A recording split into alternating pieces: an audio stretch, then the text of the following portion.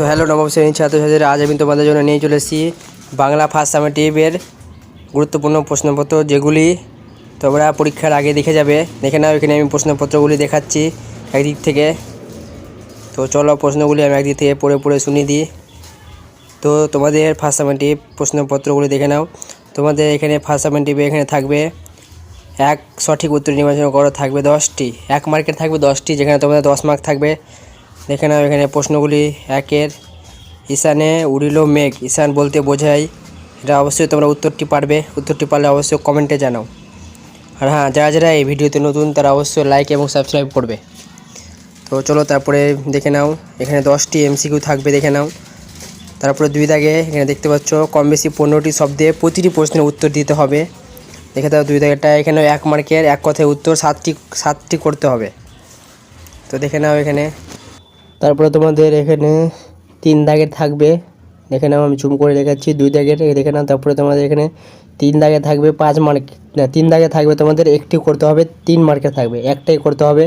তো দেখে নাও তোমাদের এখানে প্রশ্ন 3-এর একটা দেখে নাও, 3-এর 1-এর প্রশ্নটা দেখে নাও এবং 3-এর 2টা দেখে নাও। এখানে তোমাদের যে কোনো একটি করতে হবে, 60টি শব্দে উত্তর দিতে হবে। তারপরে তোমাদের 4 দাগে থাকবে একটি করতে হবে, 5 মার্কের থাকবে।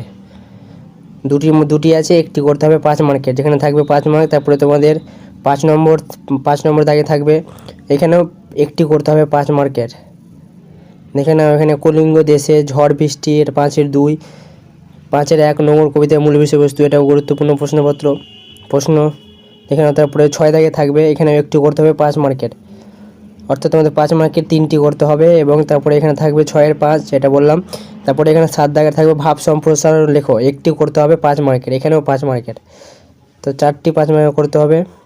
তো এই হচ্ছে তোমাদের ক্লাস নবম শ্রেণীর প্রশ্নপত্র, ফার্স্ট সামেটিভ কোশ্চিন 2025 নবম শ্রেণীর প্রশ্নপত্র।